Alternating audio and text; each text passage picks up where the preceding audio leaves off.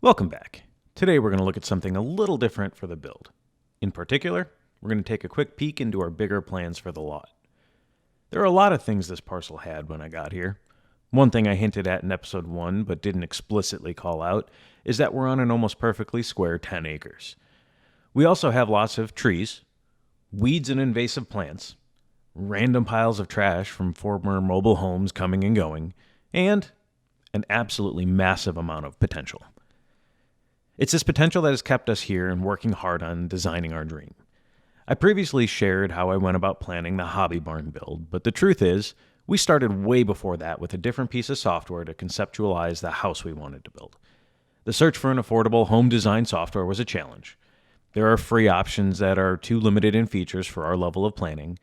There are multi-$1,000 suites that require an architecture degree to use more than 1% of the capabilities. And then there are dozens of supposedly user-friendly or even prosumer product offerings. This sort of Goldilocks zone is what we were trying to fit into. And in the end, after looking at list after list, I settled on the mid-tier product from a chief architect called Home Designer. Home Designer has several different tiers that help with simple interior design on smaller scale renovations all the way up to full house planning. It won't spit out the same level of construction drawings as some of the more expensive options, but it serves our needs to help visualize what we want to do before I go through my SolidWorks design process.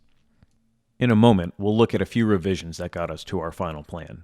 But before that, I want to take a moment to explore the software and get a glimpse of the push and pull we went through along the way. Starting with the absolute basics, let's make something like this house. We'll start with the exterior walls. Makes some amount of sense, I guess, and we'll dimension it arbitrarily for now.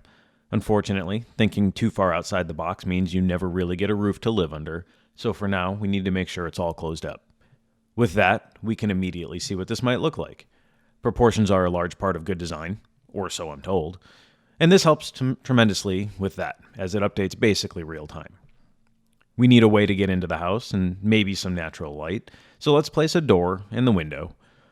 All of these items you can customize to your liking, and there are dozens of free downloadable content features to help fill out the house. The interior walls go up in a similar fashion to the exterior, and there are options for full house views, dollhouse views, and you can even do walkthrough perspectives.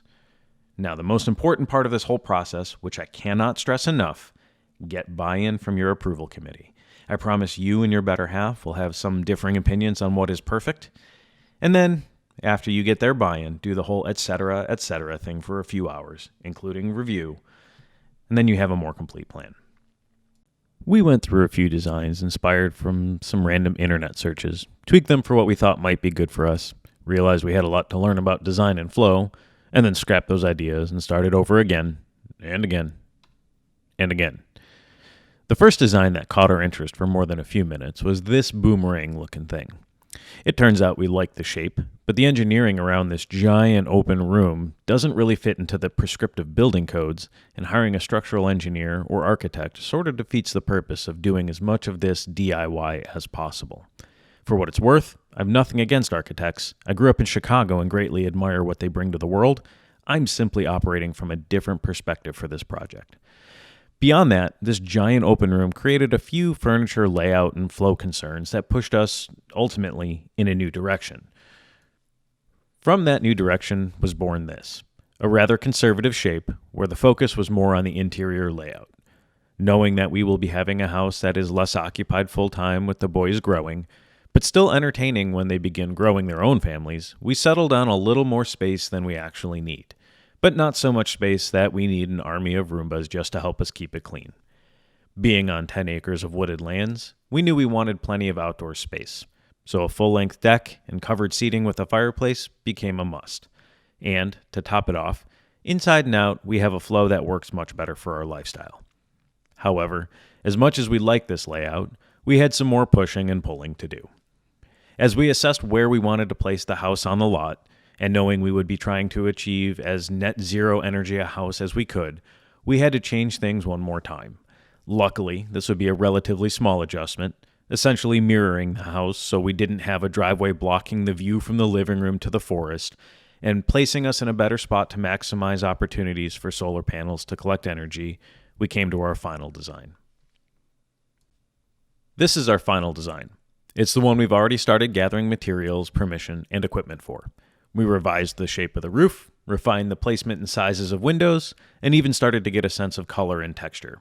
We kept the open plan kitchen, dining, living setup, but wanted to make sure that we kept our master bedroom space separated. Knowing that once we are in the house, we'll be using one of the rooms as an office for our hybrid work schedules, we didn't want that room sharing a wall with a bedroom. Further, we did want to create a sense of separation and privacy for any guests. Having the master suite opposite the breezeway felt like a great way to allow for that. We all know already that the hobby barn is where my tools and projects will live, so a basic 2-car garage for seasonal storage was more than enough that we didn't need an abundance of interior storage.